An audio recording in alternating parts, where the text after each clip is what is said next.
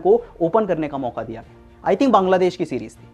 ईशान किशन आते हैं और एक दोहरा शतक लगा देते हैं और सबको लगता है कि यार अब ईशान को कैसे बाहर करेंगे, अब नहीं शुभमन की जगह बनेगी, अब तो शतक लगा दिया यार, शतक इतनी बड़ी बात होती है, उसने दोहरा शतक लगा दिया, आप कैसे बाहर करेंगे उसे। लेकिन उसके बाद ईशान किशन को बाहर किया जाता है। अगली सीरीज में शुभमन गिल आते हैं, वो भी दोहरा शतक लगाते हैं।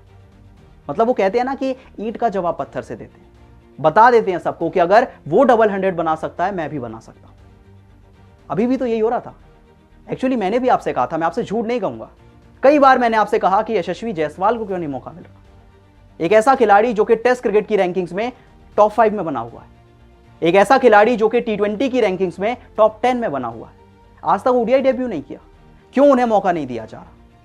लेकिन अगर आपने वीडियोस ध्यान से देखी होंगी, मैंने आपसे हमेशा कहा कि नो डाउट शुभमन गिल को आप ओडीआई में रिप्लेस नहीं कर सकते, एटलीस्ट आसान तो बिल्कुल नहीं होगा। आप शुभमन गिल को लेकर टेस्ट में सवाल उठा सकते हैं, आप T20 में सवाल उठा सकते हैं, आप ओडीआई में नहीं उठा सकते। पर सवाल उठे थे, हम सब ये बात जानते हैं कि सीरीज से पहले सवाल उठे थे। कई लोगों ने कहा कि शुभमन गिल को वाइस कैप्टन क्यों बनाया गया, उनकी तो जगह भी नहीं बनती। और मैंने भी आपसे कहा था, मुझे पता है आप सब कमेंट करेंगे, इसलिए मैं पहले ही मान लेता हूं, ये सारी बातें उठी थी, सोशल मीडिया पे उठी थी, भाई मैंने भी आपसे कहा था। क्योंकि आप मुझे बताइए यशस्वी जायसवाल ने क्या गलती की, आज तक मौका नहीं मिला डेब्यू करने का। वो टेस्ट में भी अच्छा खेल रहे हैं, वो T20 में भी अच्छा खेल रहे हैं, तो मौका तो वो भी डिजर्व करते हैं ना। अब इन्हीं सवालों के बीच शुभमन गिल ने इंग्लैंड सीरीज में कुछ ऐसे कारनामे कर दिए हैं, कुछ ऐसी पारियां खेल दी हैं कि फिर जवाब दे दिया है, फिर सबको शांत करा दिया है, फिर सबको बता दिया है कि भाई साहब ओडीआई क्रिकेट में मुझसे बेहतर बैट्समैन नहीं मिलेगा, मुझसे बेहतर वाइस कैप्टन नहीं मिलेगा। और अगर टीम इंडिया ने मुझ में भरोसा जताया है तो कुछ सोच कर जताया है, और वो बात अब हमें नजर आ रही है। क्योंकि इसी सीरीज में जब पहले मैच में जायसवाल को खेलने का मौका मिला तो 22 बॉल पे सिर्फ 15 रन बने थे। मौका मिला था जायसवाल को, इस बार नहीं कह सकते कि नहीं मिला। लेकिन शुभमन गिल ने पूरी सीरीज में जो मौके मिले उन्हें दोनों हाथों से कबूल किया। पूरी सीरीज में कमाल की बैटिंग करके दिखाई, पूरी सीरीज के हाईएस्ट रन स्कोरर थे और प्लेयर ऑफ द सीरीज बने। और अब कह सकते हैं कि यशस्वी जायसवाल को अब इंतजार करना हो, कम से कम ओडीआई में तो आपको इंतजार करना होगा कि रोहित शर्मा कब जाएंगे, विराट कोहली कब जाएंगे, क्योंकि शुभमन गिल तो नहीं जा रहे। और अब तो कोच ने ही कह दिया, गौतम गंभीर मैच खत्म होने के बाद कहते हैं कि भाई साहब शुभमन गिल तो कमाल ही कर रहे हैं। जब से उन्हें लीडरशिप रोल मिला है वो लीडरशिप रोल में भी अच्छी भूमिका निभा रहे हैं और वो परफॉर्मेंस भी अच्छा कर रहे हैं।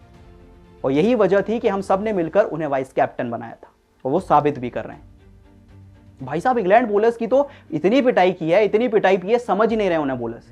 पहले मैच में प्लेयर ऑफ द मैच बन जाते हैं, तीसरे मैच में प्लेयर ऑफ द मैच बन जाते हैं, प्लेयर ऑफ द सीरीज का अवार्ड जीत जाते हैं, सबसे ज्यादा रन्स बना देते हैं, एक शतक बना देते हैं, 2 50s बना देते हैं, और क्या ही चाहिए।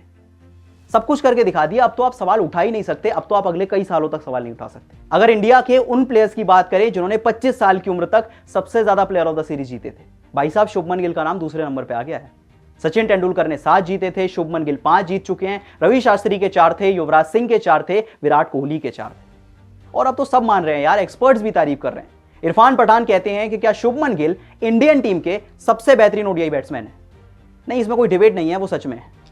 युवराज सिंह ने तारीफ कर दी कि देखिए जब ओडीआई की बात आती है तो शुभमन गिल के रिकॉर्ड्स बोलते हैं, किसी और को बोलने की जरूरत नहीं। आप उनका परफॉर्मेंस देखिए, आप उनके रन्स देखिए, वही काफी है, किसी को जस्टिफिकेशन नहीं देना। और इंग्लैंड सीरीज तो देखिए पूरी शुभमन गिल की थी, आप स्टेट से समझ लीजिए।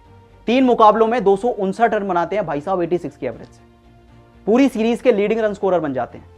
सबसे ज्यादा 50+ स्कोर शुभमन गिल के थे, जॉइंट मोस्ट 100 शुभमन गिल की थी, प्लेयर ऑफ द टूर्नामेंट जीत जाते हैं, प्लेयर ऑफ द सीरीज जीत जाते हैं, 2 प्लेयर ऑफ द मैच जीत जाते हैं, सब कुछ तो जीत गए, अब क्या डिस्कशन करना है।